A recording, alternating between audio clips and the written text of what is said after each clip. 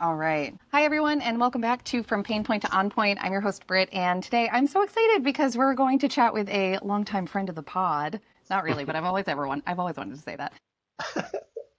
Again, Abel from Trailstone Insurance. We are so excited to have you chatting with us today, Ken. Thank you for being here. Yeah, it's super exciting. I can't wait to get into our topic today. Thanks for having me. I know. I'm so excited too.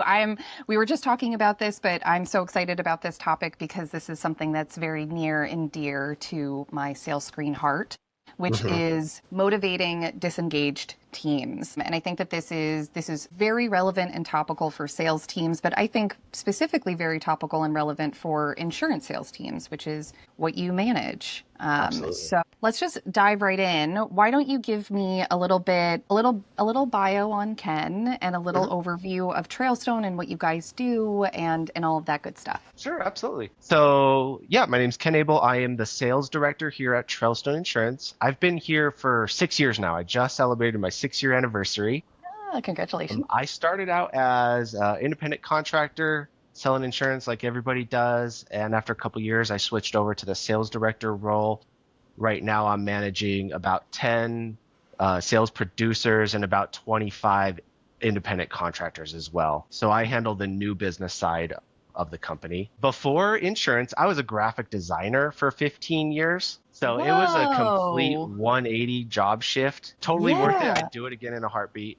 As much as I love art and graphic design, I love insurance sales and especially helping others grow their book of business as well. So I'm happy I made the switch, not looking back. It's a blast. Yeah. I'm married. My wife actually is the one that got me into insurance. She started 2 years before me. She was a stay-at-home mom and needed a job, and we knew the owner of the company through a local charity event, and he was looking for some more independent contractors. So she came on board, and then 2 years later, I said, "What am I doing? I want to do that," and I hopped on board too. What? We got 3 kids, 2 dogs, a cat, and my youngest son just got 2 rats. So we are a full house right now. I love But rats. yeah, they're very sweet. Yeah. I know it's like everybody, I mean, I live in New York City, so everybody hates rats. But my best friend's younger brother had a rat growing up named Rita. And she was so sweet. And you would stick your hand in her cage and she would just crawl right up and she'd sit on your shoulder and hang out with you. Yeah. Yeah. Loved Rita. She was great. But well, that's amazing. That sounds like very full. We've got a lot of stuff going on, Ken. Right. Yeah, my goodness. The shift from graphic design into insurance sales is an interesting one for sure. Absolutely. Yeah, and I love that you love it. I love that you're like graphic design was cool, but insurance sales is where it's at. I think that's awesome. There's just a joy and satisfaction of being able to help somebody. We're Yeah. not selling a tangible item, right? But when they're in their time of need, when they do need to use their insurance, it's great knowing that they have a product in place that gets them back to where they're whole again. And that's extremely satisfying. Yeah. Yeah, absolutely. I love that. I love that so much. All right. Let's dive right in. I've got a Sure. whole bunch of questions to ask you today, so we've got a lot Okay. to talk about. But we're going to start off strong with, in your experience, having been at Trailstone for 6 years and managing a pretty significantly sized team, Mhm. what are some of the indicators that your sales team or that your sales reps are becoming disengaged? Indicators. Like, how do you see that? Yeah. How do you figure that out? Yeah, I think the first thing that comes to mind, and as I think about it, you start to notice that they just don't communicate as much anymore. They stop asking questions and perhaps stop attending meetings if they're not mandatory. I have a unique experience working with independent contractors and employees, so I get a good mix of both. But yeah, I would say the first indicator is just they kind of go quiet on you, and it's noticeable. Yeah, yeah, yeah, yeah.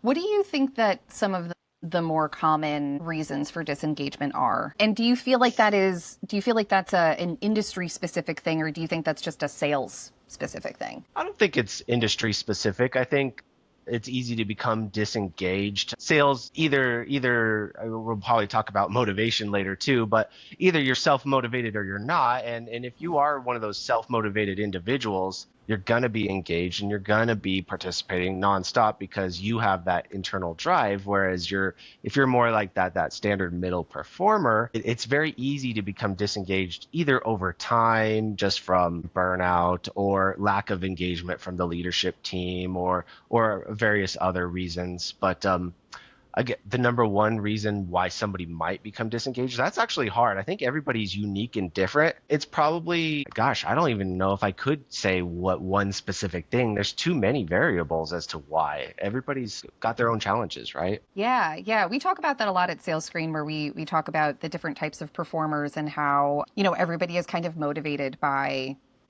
in a different way. They're all motivated by Right. different things. And what we see a lot of the times when we're talking to sales leaders is that, normally the way that it works in any industry agnostic, is that if you're really good at your job, then you will get promoted. But that doesn't necessarily mean that you're a really good manager, right? Like that Right. being a people manager is a completely different set of skills than Right. just doing your individual contributor job. And so a lot of the times when these people that are really good at their job get promoted to become a people manager, they manage the same way that they are motivated.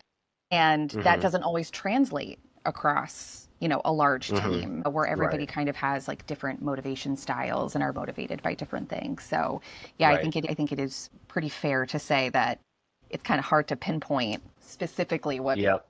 disengages people. Yeah, so we are a DISC certified practitioners here, and we have all of our employees do a DISC assessment. So we Mm, learn their personality styles, their communication styles, and their motivators as well. And even through all salespeople, they all have the different motivators. Not everybody's money motivated. Some are, they want to stand out and be a little bit more unique than others. Some want to question the reason behind everything that we do, and so everybody is unique and different. They want different results, and so it's really understanding the individual and then tackling their unique needs for that single yeah, person, right? yeah, definitely. Yeah, we use. I'm sure that you're familiar with it, but the Bartle player Right. framework, we use Yep. that all the time, and that translates really well to sales because it does kind of like tap into like kind of like the main sales tropes, Hmm. if you will. So that works really well. But yeah, I totally agree. It's so difficult to try and motivate an entire team of people that are all motivated by different Right. things. But speaking of that, I'm wondering, and I think that I asked this question because of the insurance industry specifically. Do you feel like there are generational differences in motivation in Hmm. insurance? Yeah, I absolutely have seen that. I've seen everybody from 18 to 65 years old and everybody in the middle. So I've seen all the generations come through. And yeah, I think general consensus, everybody has a little bit of money motivation. I think you Sure. wouldn't be in sales and insurance if you weren't money motivated a little bit. But if we set that aside, there's a lot of emotional type of motivators for the younger generation. They value their time more than anything else. They want to learn a lot. The older generation, they don't value their time as much that I've noticed. They do Mhm. value that money maybe a little bit more, so they're willing to put in the more hours to make it happen. Recognition is a big one. I think the younger generation does value recognition a bit more than the older generation as well. And that's a whole other thing we go into is just how do you Yeah. recognize all these different people, right? Yeah. Yeah, yeah, yeah. No, that makes so much sense to me. I think that like thinking about like my dad, and how his approach to his career, which was kind of like you have to do everything that you can for your company, Uh-huh. um, versus like versus like people that I know that are younger than me that are getting into the workforce who are like, no, no, no, no. I log off at 5 Right. p.m. My weekends are my weekends. Like Yep.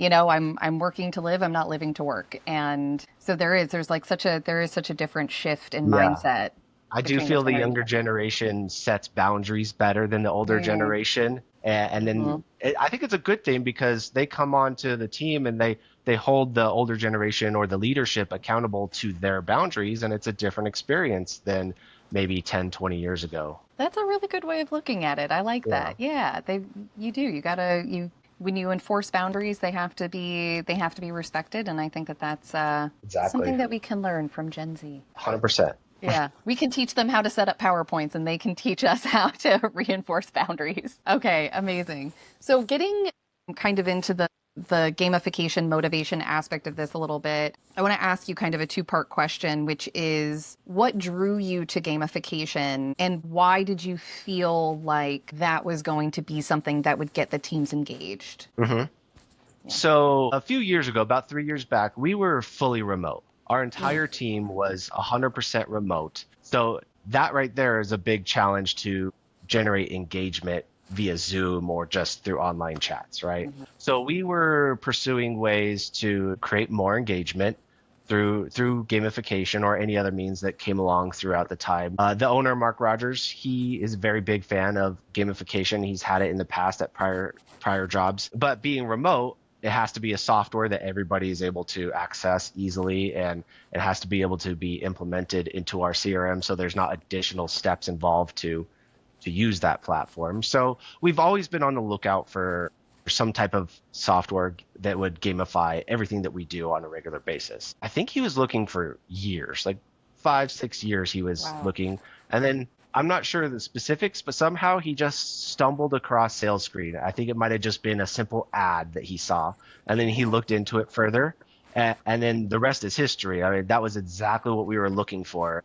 And since then, we've seen a few others pop up, but we love SalesScreen. It provides exactly what we need, and it really ticked off all the boxes. It really brought that engagement from the remote team. But as we transition to more in person, it's really brought even more engagement in person because of the screens and the videos popping up in the office, and that's kind of how we got started with SalesScreen, and then we've really embraced it and expanded it to not just our sales team, but our service team as well, and the various other departments too. And when I love that Mark was always invested in gamification and really hmm believed in it. I think that there's kind of two schools of thought when we talk about gamification. There's definitely people that understand the importance of gamification from a productivity standpoint and that it helps people kind of maybe do the things that they don't always want to do because there's so many things within sales that are just, who wants to make 50 cold calls in a day? Right,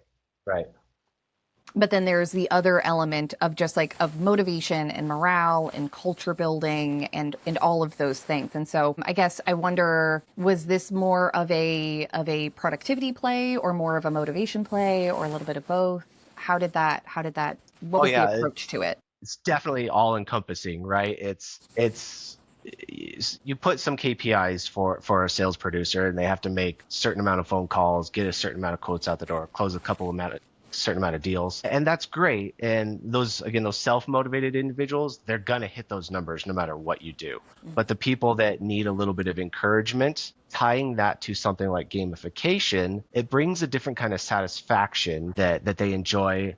I've heard some of my agents say, like, it's so cool that I earn coins for making phone calls. I'm already doing the job. I'm gonna make the phone calls regardless, but I'm earning coins, Yeah. which then I can use to buy things off the store. And they just think that's the coolest thing in the world. Just so that simple little thing, right? Yeah.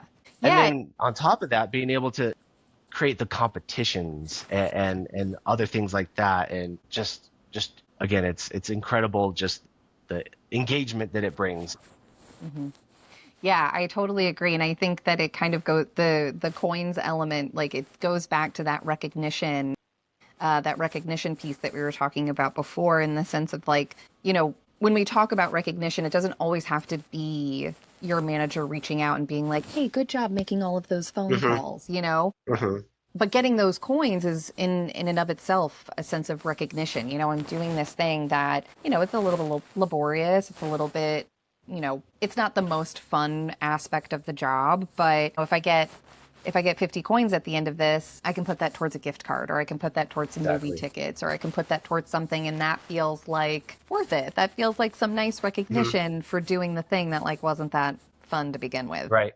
And you mentioned it earlier too. There's that peer recognition too, where Yeah. if somebody maybe has to take the day off and they have somebody else helping them out that day, they're able to come back and say, "Hey, thanks for helping me out. here's some coins as a thank you, right? Yes. The little acts of kindness like that is incredible to be able to have software to do something like that. Yeah, I love that too. And it's so funny because I was talking to somebody a couple of weeks ago that they work at Google. I don't know if I'm allowed to say this. Well, if I'm not allowed to say it, I'll just edit it out.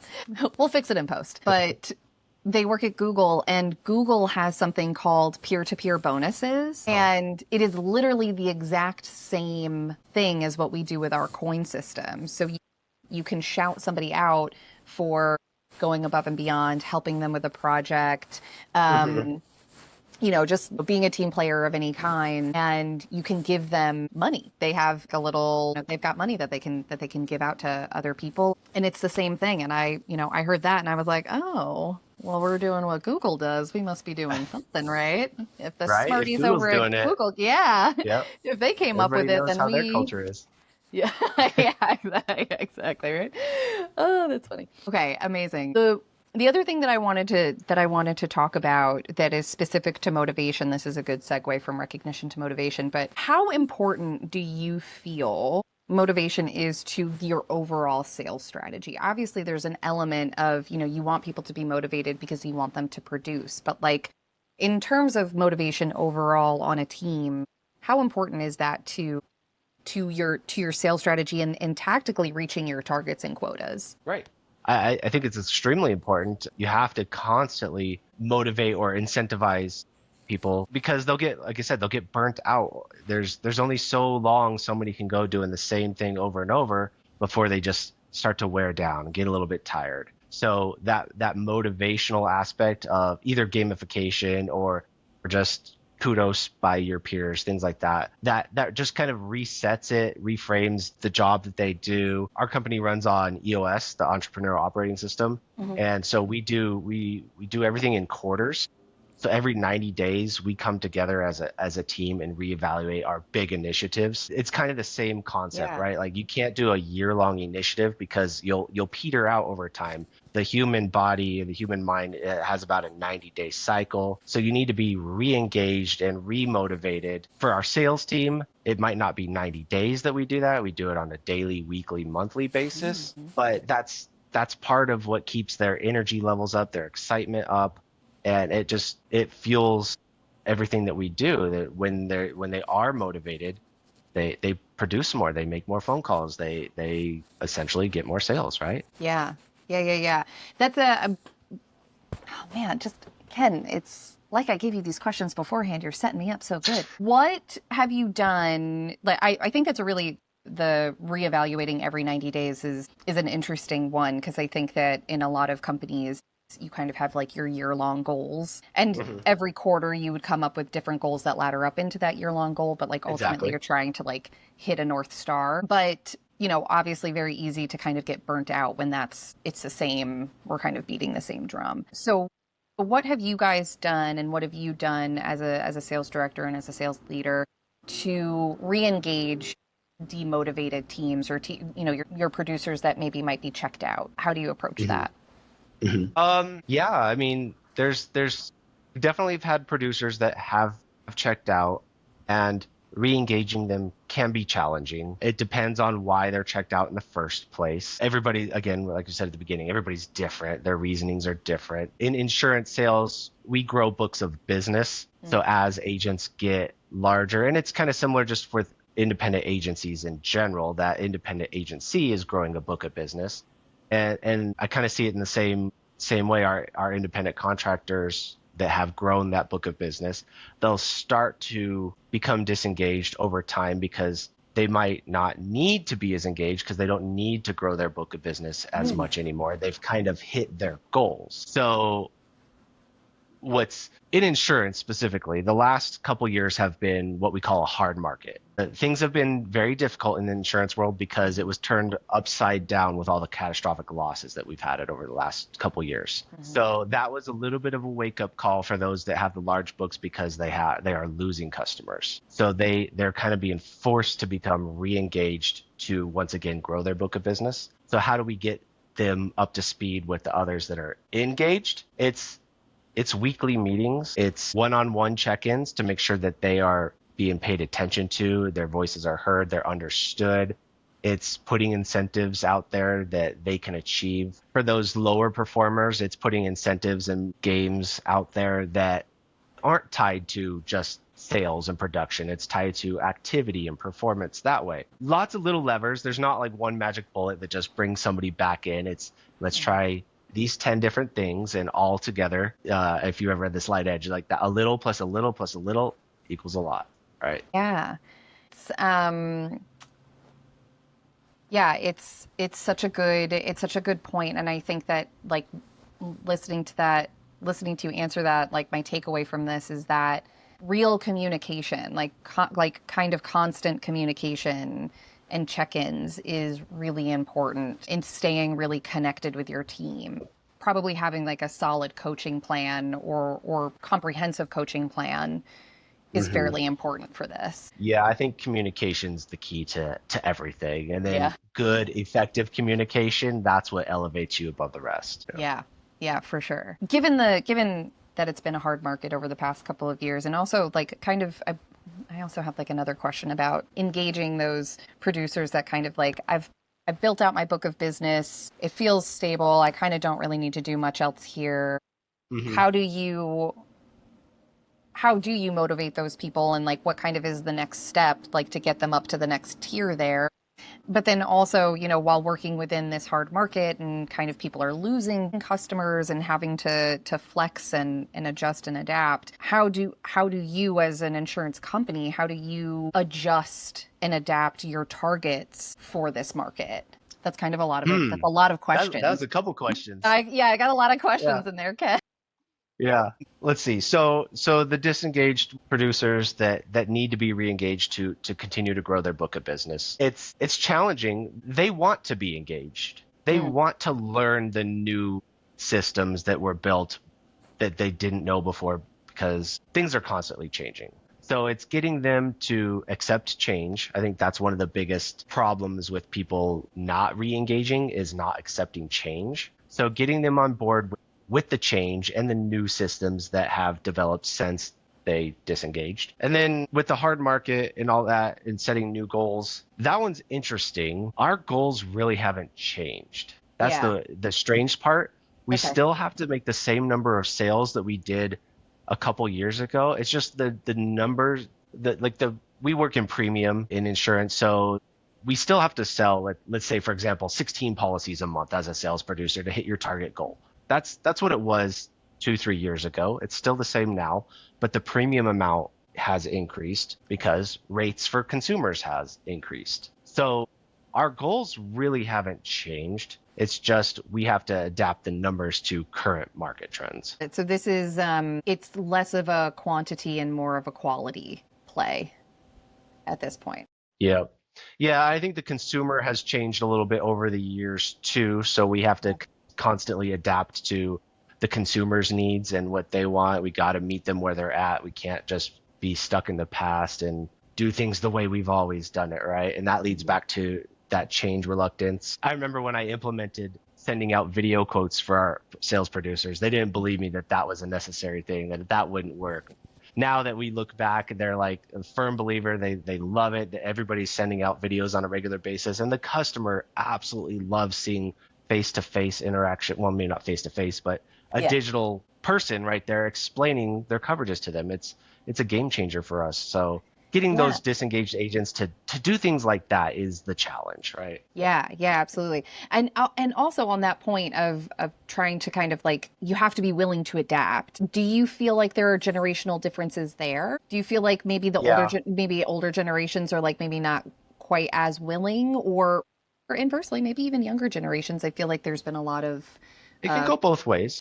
Yeah, for sure. I think some might be more resistant to certain things. The older generation, they want to change and adapt, but they're gonna fight it every step of the way and make every excuse not to, that I've seen anyways. okay. um, but But if they come around and they do embrace the change and work hard at it, and I know it can be challenging depending on what it might be, they can overcome it and be successful. As far as like the younger generation, if they're resistant to a particular change, it might not be technology focused. Maybe they're more resistant to a process or a shift in the I don't want to say scripting that we do, but the Yeah. word tracks that we use, like little things like that. They want to know, the younger generation seems to want to know the reason why we do everything before they'll buy in to actually do it. So you have to be able to give them the why, and then they'll start to adapt over time. Whereas the older generations, they want to do it, but they just need that hand holding a little bit more to get through that change. Yeah. At least that's what I've found. Yeah. Well, I think that's like I think it's such an interesting point because I kind of totally agree. I think that older generations in the workforce are much more willing to kind of follow the marching orders. They're just not happy about it. They just are kind of Hmm. like, "Oh, why do we have to do this new? I gotta learn this new thing." Like they don't want to Yep. do it, but they're gonna do it. They're willing to do it. Whereas, and I lump myself into this younger generation as somebody that's like, no, I want to know why. I want to know if we're going to change something, if we're changing the way that we're doing something, I want to have the background and the context as to why that thing is happening. And yeah, that's such a good call. That's such a good call out. I think that's so true. Yeah, and it's interesting. I'm a millennial. I'm like right there, smack dab in the middle. Yeah, I'm a So millennial too. I can lean one way, I can lean the other way. So there's that middle generation we haven't even talked Hmm. about that's even more complex, right? Us millennials really we broke the mold. I don't want to like toot our own horn too much, but like we really did. We're a really interesting group of people because we grew up with the internet. And so Hmm. we spent part of our lives not having the internet, and then we spent part of our lives watching the internet develop. And now we're, kind of in our, middle age ish with the internet kind of like taking off the way that, and the way that it's expanded and the way that technology is expanded and AI Right, now is like this whole big thing. And it's really, I think we are kind of an outlier generation in that sense. for Um, sure.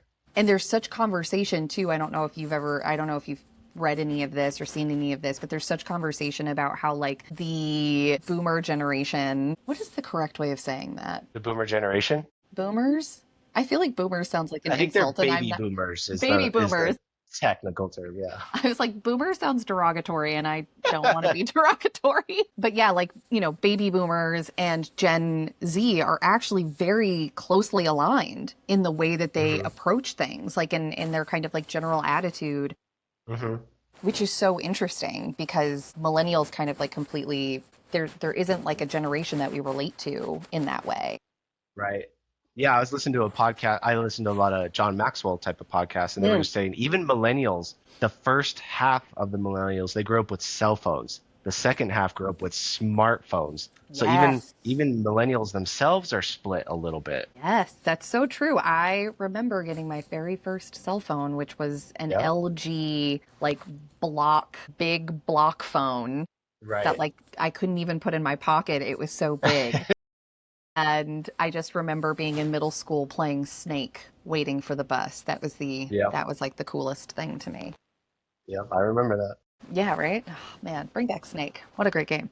Okay, amazing. I did want to ask, as we're talking about changes in goals and changes in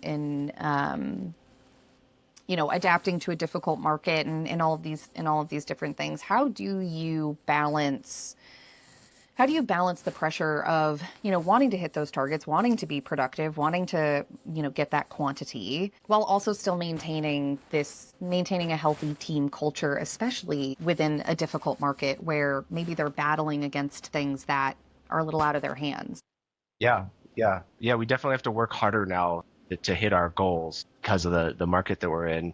But it's a great question. One of our core values is healthy balance. We've labeled that and we promote that as part of our culture that not just work-life balance, but just healthy balance in general in all aspects of life. So how do you balance that out with hitting your production requirements? I think visibility is key. We have weekly sales meetings where everybody gets to see everybody's numbers. So nobody gets to just hide away and pretend something's not wrong.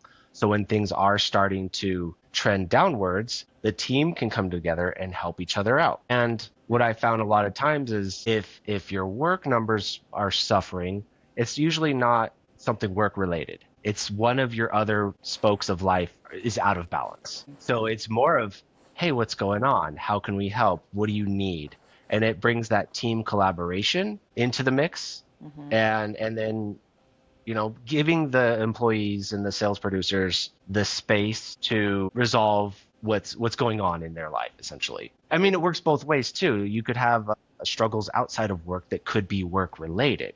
So it's having those type of conversations too. Again, it's all about visibility in my mind. It's everybody being open, honest, transparent with each other. That way there isn't somebody that's kind of just hiding in a dark corner, hoping nobody sees what's going on. Right? Because that never works out well. Yeah, no, you don't pull yourself out of that by yourself. Yeah. I think humans are social people, and we value other people's support and recognition. So creating a team, a culture that really supports each other well is a big component of that. Yeah, I love that. And I also think it goes back to the direct communication bit too. I think that, being able to have the space where, and I think also having a culture that understands that, you're going to have a bad day, you're going to have a bad month, and maybe that's a work thing, maybe that's not a work thing, but either way, like you have a support system here that's going to help you get to where you need to go. I think that's it's invaluable. That's the type of culture that people don't ever want to leave. I think that that's kind of something that we also do well at SalesScreen. We have a pretty good culture in that sense, and our average tenure at SalesScreen is 10 years. We'll just never leave SalesScreen. Once you're in for life. Yeah, that's awesome. Yeah, it is actually. It is really awesome. It's really nice. All right. If you could go back and give yourself a piece of advice for being a sales leader and leading a team through low morale or low engagement, I'll take either one of those things, what would it be? What advice would you give yourself? I love these kind of questions because usually it's more broad, right? But now we're very specific. To fix this one issue, what would you do? That's good. For me personally, I would just go back in time and say, hey, stick through it. Even though it's really, really hard, you need to continue and stick through it. There's been times where I've just I don't know what to do to help this person anymore. Do I give up? I literally don't know what else to do. And then Mark, the owner, would tell me, well, put yourself in their shoes. Would you want that person to give up on you? Of course not, right? So Mark. I have to remind myself of that sometimes, that, hey, I need to push through no matter how hard it is. And if the person comes through and makes it, that's great. I did my job. I did it well. If they don't come through, then at least I know that I did everything that I could, and I don't wonder what if. And I'm not saying I did that in the past or anything like that. I'm just saying if I had to tell myself, I would tell myself exactly what Mark told me, right? Just push through, help them out no matter what, no matter how long it takes. It's good advice. It's good advice. Man, oh man. I love, the thing is that I think that sales gets a bad rap sometimes. I think that we can blame Glenn Ross, but I think that sales gets a bad rap as an unempathetic or a not compassionate career path. Because it is so focused on revenue. It is so focused on kind of closing the deal. But I think that's just not true. I think that there is something very collaborative about sales and very, team oriented. And I think that, I love that piece of advice that Mark gave you. And I think that's, a total perspective shift. I think the consumer perspective has changed how sales has to work over the years. You can't be that pushy salesman from the car dealership or the door-to-door knocker that everybody doesn't like. That just doesn't work anymore. It's all about relationships. It's about building trust and rapport with the customer so they feel like you're on their side, and then following through with that and actually being on their side when you need to be, and then holding yourself to that each and every year, especially in sales, since we have that continuous renewal every year that we need to be there for our customers. I think that's where we've learned in the insurance industry that's more important now than it ever has been in the past, with rates increasing. Some rates have doubled over the last few years. Yeah. So helping the customer understand that instead of just ignoring them, letting them go elsewhere. So sales isn't a one and done thing anymore, at least in our industry. It's a continuous follow through year after year and support for the customer. Yeah, totally. I mean, we at SalesScreen were talking about this exact thing a lot, because we're working on an AI product. And so we're having a lot of conversations as a company about, what is the role of AI in sales? Is there a role for AI in sales? Because sales is ultimately, it is such a human to human relationship driven career. And I'll give you my thoughts on AI later, but I think that's a whole nother podcast. Let's talk about AI next. The short answer is yes, I do think there's a place for it in sales, but it's never going to replace salespeople. It will never replace salespeople. It will never replace that relationship building. And I think back to 2 years ago, I want to say, I watched Daniel Pink's masterclass on selling, and he said something that I'll always remember is he was like, salespeople they're not sellers anymore. Now they're doctors. They are coming in, they're developing a relationship, they are gaining their prospects' trust, and they are diagnosing what this problem is. So like very similar to how you would go to a doctor and you would be like, here's my WebMD printout. I have cancer. It's riddled across my body. I have minutes to live, and your doctor is kind of like, okay, well, let's dissect that a little bit. Like, let's go through line by line and figure out like what's actually going on, right? That a salesperson is kind of the exact same way, where it's like, they're coming to you with this problem. They're coming to you with the idea of a solution. And it is your job as a salesperson to be able to dig into that and diagnose and ultimately lead them to the thing that is going to solve their problem. And I think that's just like, it's such a human experience, I think. Yeah. I think it'll always be that human experience. I think there will be some room to remove that human element from the individuals that do not want that interaction. Sure. So we're going to have to accommodate that. But majority of what we do, the majority of the population out there does still value that human interaction. So we got to be there for them. Yeah. And I would argue, especially in insurance too, which is, it's always changing. There's so many different, new regulations and all sorts of stuff. So I know for me, I'm always like, no, I want to speak to a real person who's going to be able to explain this to me, because I don't understand any of this stuff. There's solutions for people out there that don't want to talk to a person. You can always go to a carrier directly if you need to go that route. But again, for our target market, that's not what they want. They want to value technology, but they want that human behind the tech as well. Yeah. Totally. Okay, shifting gears a little bit, because this is a podcast about gamification, and we haven't really talked about gamification like almost at all. And that's on me. That's on me being a poor podcast host. Oh, no, you're great. Come on. Well, thanks, Ken. But what I would ask is how has the team responded? I know you've had SalesScreen for a little while now, but how has the team responded to gamification, and what is the most surprising thing about how they've responded to gamification for you? So the most surprising thing for me is how much engagement it brings. It is so amazing to see somebody finish up their sale. They close the deal out in our CRM, and they have to tell everybody to stop what they're doing. They have to go turn up the volume on the TV just so everybody can watch their video play. Like, that is amazing to me. I love that. That always happens with our newest producers because they've never had anything like this in a past role. So they get to display a little bit about themselves. They get to celebrate their win with everybody. And it's just it's an amazing thing to see. I remember when we first implemented SalesScreen, it would be up on the TV and one of our producers picked her favorite song, and she's a big avid golfer, and we had a little like putting green. So as soon as she hit play, she had to get a video of herself hitting the ball into the hole with her screen playing in the background and doing a little dance. And it was just so fun, right?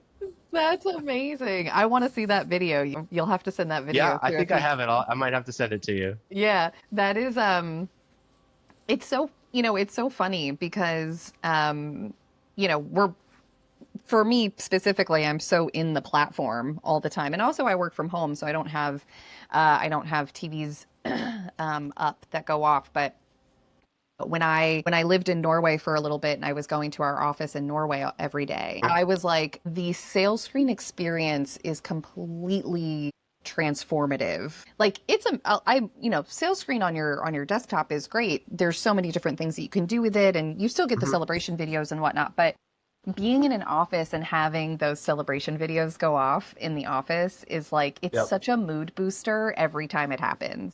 Exactly. Single time it Yeah. happens, you're like, "Oh, okay, Yeah. like it's so great. And it brings everybody together. You get excited for everybody's wins. Like you are really invested. Right. And I love It's awesome. how SalesScreen is constantly adding new things too. There's recently a new screen that we could add that was just YouTube videos. Yeah. So we've been creating YouTube videos, growing our YouTube channel, trying to promote that educational piece of insurance through video. Hmm. And we send that out to everybody, but SalesScreen's made that possible to put it up on our screen so everybody can see those videos and see all the different team members that are producing those videos as well. That's been really interesting to see something like that come about. That's awesome. I love that. I have to tell you a story about a game that we did Okay. just because from your first question during Christmas time, there's a game in there that you get to open a box, and normally I you can earn coins by opening a random box or stealing coins. During Christmas time, I made it where once they made a sale, they could go and get a gift out of the gift box, and then everybody had stockings, and then they would go and put it in somebody else's stockings once they made a sale. And then once That's the gifts so were gone, they could take the stocking stuffers and put them in somebody else's, and just continue that process. So we took coins out of the picture and just did little gifts, and that was just magical. Everybody was again so engaged, and they loved not just making a sale, but they loved the post-sale celebration that they got to Mhm. do. And that was just so That's much fun. I'm gonna do something like that again. yeah, it is so much fun. And I mean, like, I love hearing this stuff because I obviously have, I drank the sales screen Kool-Aid. I am in it to win it, literally and figuratively. But I love hearing all of the different ways that people can utilize the platform and the way that they make it their own, and they really adapt it to their teams and what their teams like to do, and like just doing really fun, cool things all the time. Hmm. Like there's an endless amount of ways that you can use this platform to like get people excited and get people engaged, and like that's such a great use case, like you Hmm. have kind of like the competition tracking in sales screen, but you're also doing something very physical in the office that everybody can be a part of, and I think that's like such a Hmm. great and creative Yeah, way to you use just the got to be tool. a little creative and think outside the box. Hmm. We've done things like we've incorporated Strava with it, so Oh they yeah. can earn coins as a team if their team goes for walks or runs. We've done charity events where we raise money on a competition based on certain activities, and then we would donate to a charity. So Yeah, there's lots of different things that you can do. love that. I love that. Can you hear my dog? Yeah, yeah. Who's Yeah. that? This is Rigby. I don't know if you're going to be able to see him because my blur is Is he on, but sleeping? he's sleeping so hard. He's really dreaming right He's now. having some good dreams. Yeah, I don't know what he's doing because he doesn't really like anything other than sleeping. So I'm not sure what he's doing in his dreams. But okay, amazing. I mean, Ken, we pretty much filled this hour, man. We really Great. did the damn thing. Yeah. I have one final question for you, and then I will let you go. But what would you tell another insurance sales leader who may be skeptical about investing in a motivation tool like SalesScreen? Sure. I I think I've been asked this question before, and I'm similarly, it's like, how do you invest in or incorporate any type of technology or software into Sure, your yeah. organization, right? And it really comes down to fully investing. It's not just money. You don't just buy it, set it, and forget it. If you do that, it's going to fail. No matter what you implement into your organization, it's get it set up, get the right people in there, and then you, as the leader, need to be engaged 100%.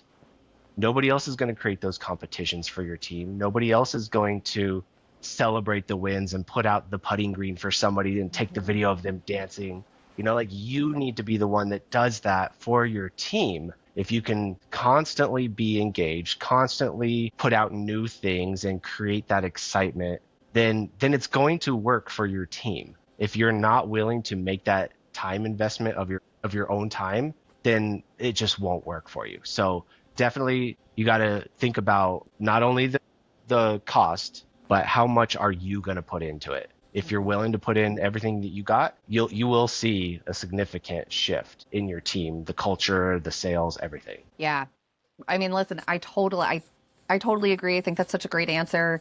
We say that all the time when we're talking to customers, when we're onboarding them, that, what you put into it is what you're going to get out of it. And, the nice thing about specifically SalesScreen is that, it just does take a little bit of creativity, like you kind of have to be Mhm. invested in the excitement of it all because we can facilitate things to be easy. But I completely agree that it's really about like the investment from your manager, and if they're willing to if they're willing to put in the effort, then the returns are going to be astronomical. Yes, 100%. So, Ken, this was awesome. I really appreciate you coming on and chatting with me. I This love was it. really Thanks for nice. having me. Yeah, and this was like a fun conversation. I really enjoyed it. And we'll have to have you back on. We'll have to have you back on a little bit later. We'll Yeah, do let's talk another. about AI. Let's talk about AI. Yeah, yeah, I yeah, got lots to yeah. say about that one. I love that. I have a lot to say about that one too. Um, but amazing. Thank you so much. Have a great rest of your day. And Thanks, Brady. yeah, and we'll talk soon. Sounds good. Okay. Thanks so much. Yeah, no problem. Bye bye.